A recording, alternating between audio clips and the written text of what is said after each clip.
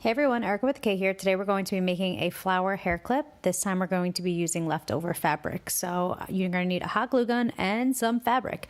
So the main part of this is that you want to make sure when you're twisting the pieces of fabric that you're twisting and turning them so that it's not just one big circle. You might want to, try it out first, which I had done. It's not in this video. And then I undid it and then redid it with the actual hot glue gun. So you're going to start off with a little bit of hot glue in the beginning. Sorry, my filming in this is awful, but do you see right there where I twisted the piece up? That's what I mean, and that's going to give it like the flower, the rose type feel to it. So again, my filming is so bad. If you're here for tutorials, like I'm probably not the right place, but I have ADHD and I was just in the mood to make flower hair clips. And so the first one I did with tissue paper and wrapping paper, and then this one I did with extra fabric. So you're just going to, like I said, twist the pieces and then just have it go around. As you can see, there's another piece in front of me. And when I'm done using this first piece of fabric, I'm going to use that piece and intertwine it so that it's a bit of a bigger flower, because I knew what hair clip I wanted to put this on. And so that's basically it. So here we are. You're definitely going to want to pull off those pieces of hot glue that are just like all over the place. And then at this point, I started to feel like it was looking a little bit too much like a cupcake where the middle was popping out, so I was pushing that down.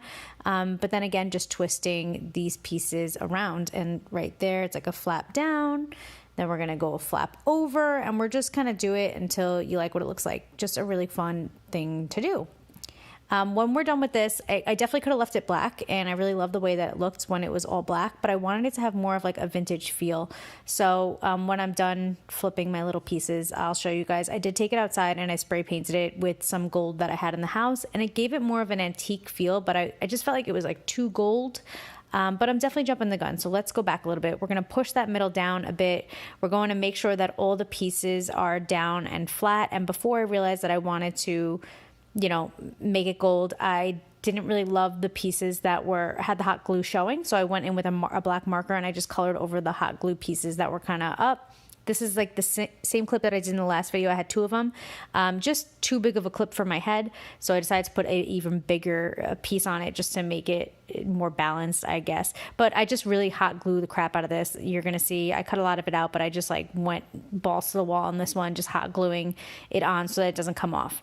Then, as I was saying, I went in with a marker and I just kind of colored in all the glue spots, the hot glue spots. And I think it helped a bit. But then I decided, like I said earlier, I didn't want it to be black. I wanted it to have like more of an antique look, more of a vintage feel. So I spray painted it. And then I was like, wow, this is too gold. Way too gold. I need to then color in and just kind of mute this gold a little bit. And that's what I did with the marker again. And I do feel like it helped. And then this is the outcome. This is me actually putting it in my hair. My hair is not a great length for this right now, so don't mind all the bobby pins, but I still love it. Hope you do too.